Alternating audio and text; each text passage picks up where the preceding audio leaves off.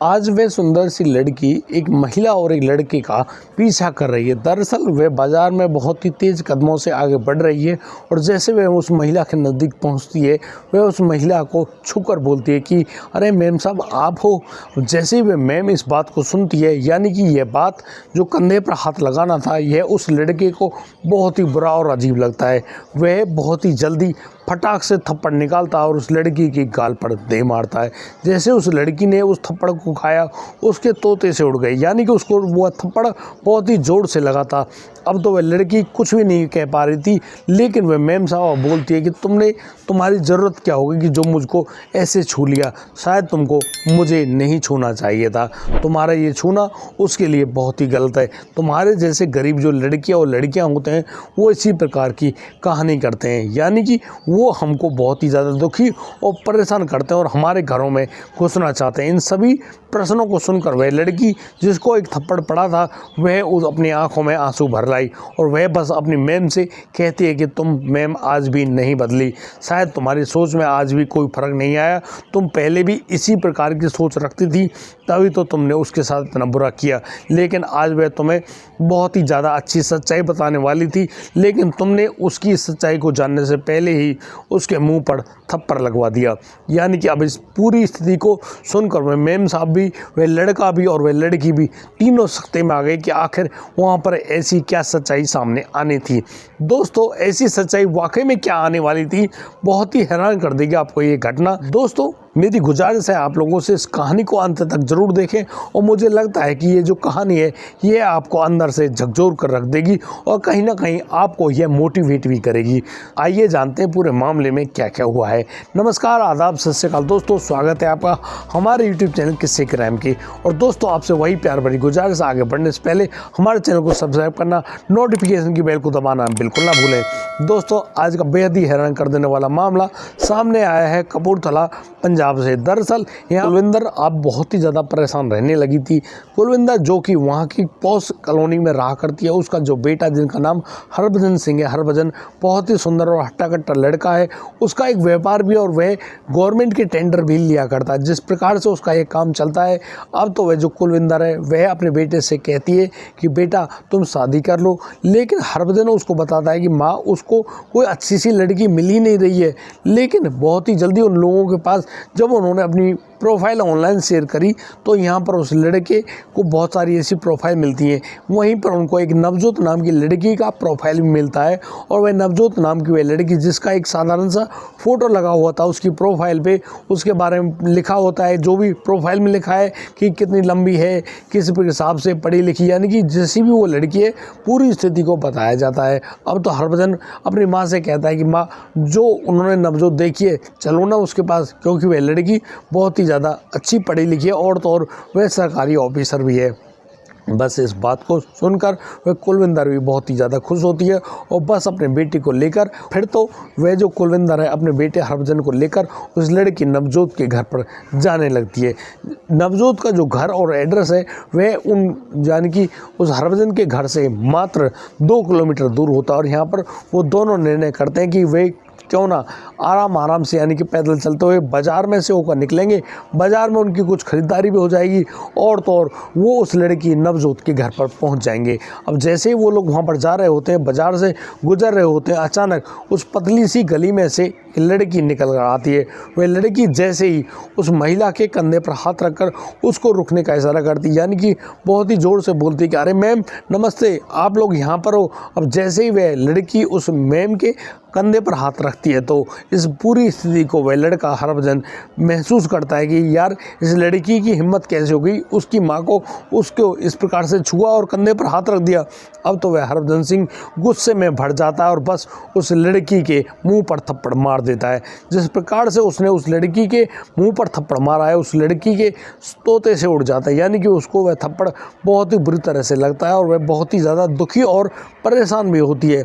यहाँ पर वह लड़की अब उस मैम से कह रही होती है कि मैम तुम ये थप्पड़ मुझे क्यों मारा गया। तो वह मैम यहाँ पर उस लड़की को जवाब देती है कि यार तुम जो गरीब लोग हो ना, तुम्हारी सोच ही ऐसी है कि तुम लोग पहले तो बड़े प्यार से किसी के भी घर में घुसते हो और फिर उनके साथ कुछ भयानक कांड कर देते हो, उनको लूट लेते हो और तुम्हारी मंशा ये होती। इसीलिए इस हरभजन ने तुम्हारे मुंह पर थप्पड़ मारा है।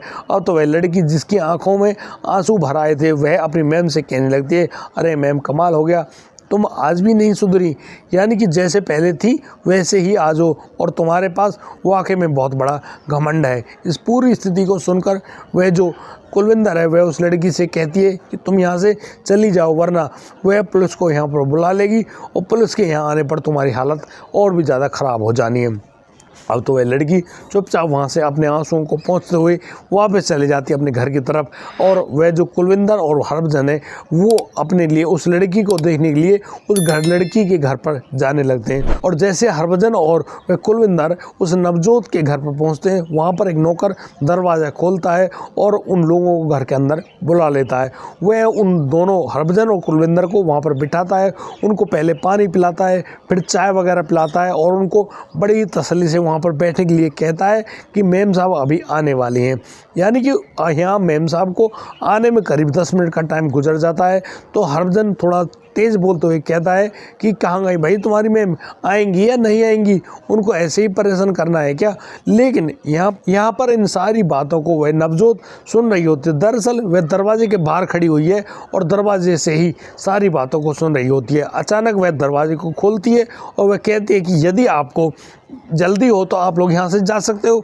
लेकिन यहाँ पर वो माँ और बेटा दोनों की हवा खुशक हो जाती है क्योंकि दोनों लोग यहाँ पर उन दोनों माँ बेटों की हालत ख़राब हो जाती है क्योंकि यहाँ पर उनके सामने वह लड़की ही खड़ी थी जिस लड़की के मुंह पर उस हरभजन ने थप्पड़ मारा था। यहाँ पर वह मैम कुलविंदर भी बहुत ही ज़्यादा दुखी होती है। दरअसल वह जिस लड़की को एक आम और साधारण लड़की समझ रहे थे वह कोई और लड़की नहीं, वह तो वहाँ की IAS ऑफिसर नवजोत सिंह थी। जैसे ही उनको देखते हैं उन दोनों के होश फाख्ते हो जाते हैं, यानी कि वो लोग कांपने लगते हैं और समझ रहे होते हैं कि यार उन्होंने बहुत ही ज़्यादा बड़ी गलती कर दी। कुलविंदर अब नवजोत से कहती कि अरे बेटी तुमने तो कमाल ही कर दिया, कितने ही साधारण परिवार से तुम आई और तुमने IAS को क्रैक कर दिया और आज तुम यहाँ कपूरथला के ऑफिसर बन के बैठी हो। कमाल कर दिया बेटी, वाकई में तुम्हें तो सीने से लगाने का मन करता है। लेकिन यहाँ पर वह लड़की कहती है कि ठहरो अभी मैडम, अभी तो और भी सुनना बाकी है।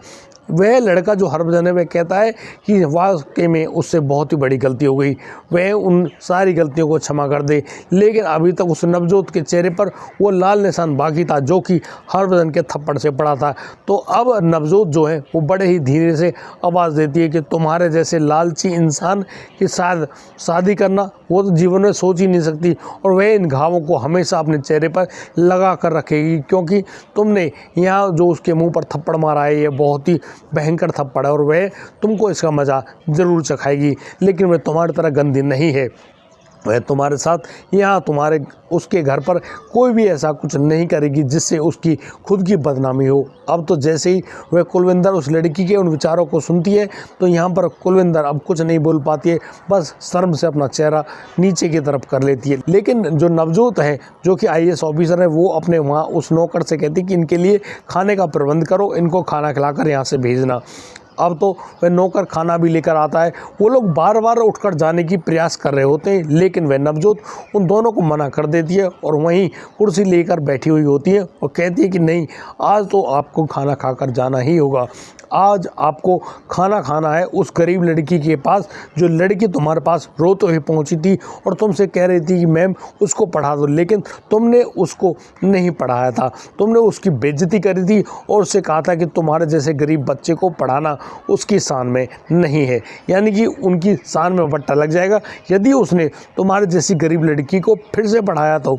यानी कि वह नवजोत बता रही होती कि वह तुम्हारी फीस भी देती लेकिन वह दिखने में ही तो सुंदर नहीं थी, यानी कि वह साधारण कपड़े पहनती, साधारण तरीके से बात करती, उसको ऊल जलूल बातें करना पसंद नहीं है। लेकिन उसने बस जो तुम्हारी बातें हैं वो इतनी ज़्यादा उत्प्रेरक का काम करने लगी थी कि उन बातों के चलते उसके दिमाग में यह बात घर कर गई थी कि वाकई में अब तो इस मैडम को जवाब देना है अपनी कामयाबी के साथ और फिर वह अपना पूरा दम लगा देती है अपनी उस कामयाबी में, यानी कि दिन रात मेहनत करती है और बस बड़े ही प्यार से उस आईएएस की जो परीक्षा होती है उसको पास कर लेती है और आज तुम्हारे सामने एक आईएएस ऑफिसर बनकर बैठी है। यहाँ पर वह नौकर भी नवजोत सिंह को बता रहा होता है कि मैडम ये जो आदमी है ना, ये जो बैठा हुआ है, यह कुछ कह रहा था आपके बारे में। ये कह रहा था यदि मेरी इनसे शादी हो जाती है फिर तो मेरे बहुत सारे टेंडर वगैरह हैं, जो मेरा पैसा फंसा हुआ है डिपार्टमेंट में, वह पैसा भी निकल जाएगा और तो और हमारे तो मज़े आने वाले हैं, क्योंकि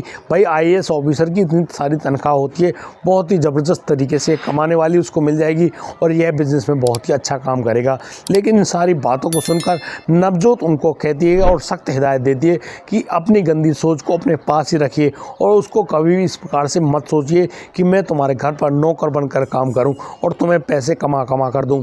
तुम अपनी सोच को अपने पास ही रखिए और एक काम करिए, खाना खा लिया हो ना तो अपने ये जो बर्तन है ना, जो झूठे हैं, इनको उनके घर में भी मत रखिएगा, अपने साथ ले जाइएगा। और आप तो यहाँ पर वह जो नौकर है वह एक पॉलीथीन ला कर देता है और उनसे कहता है कि इन बर्तनों को अपने साथ ही रखिए, बच्चों के खाने को भी अपने साथ रखिए और इसको लेकर अपने घर चले जाइए।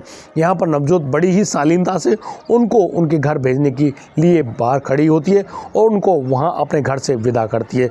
दोस्तों, इस पूरे घटनाक्रम को सुनाने का उद्देश्य किसी को परेशान करना नहीं है, किसी का दिल दुखाना नहीं है। दोस्तों, हमें इन घटनाक्रम के माध्यम से बताना चाहते हैं कि किसी के भी चेहरे से उसके बारे में उसकी जो योग्यता है उसका पता नहीं लगाया जा सकता है। यानी कि एक साधारण सी दिखने वाली वह नवजोत जब इतनी बड़ी ऑफिसर बन गई तो शायद उस मैडम ने उसको अभी भी गरीबी समझा था, क्योंकि वह बड़ी ही शालीनता से रहती है। लेकिन यदि कोई इंसान शालीनता से रहता है तो फिर उसके साथ यही सोचना चाहिए कि वह वाकई में बहुत ही ज़्यादा गरीब और गिरा हुआ है। नहीं, ये आपकी सोच गिरी हुई है और आप लोग गंदा सोचते हैं, ऐसा उसको नहीं सोचना चाहिए। दोस्तों, आज के लिए सिर्फ इतना ही। अब दीजिए मुझे इजाज़त, मिलता हूँ कल, लाता हूँ एक और नया सनसनीखेज मामला। तब तक के लिए आप बढ़िया रहें, बेहतरीन रहें। अपना और अपने परिवार का, अपने समाज का और हर इंसान का सम्मान करना बहुत ही ज़रूरी है। दोस्तों, अब दीजिए मुझे इजाज़त, मिलता हूँ कल, लाता हूँ एक और नया अनोखा मामला। तब तक के लिए आप बढ़िया रहें, बेहतरीन रहें। अपना और अपने परिवार का बखूबी ख्याल रखते रहें। जय हिंद, जय भारत।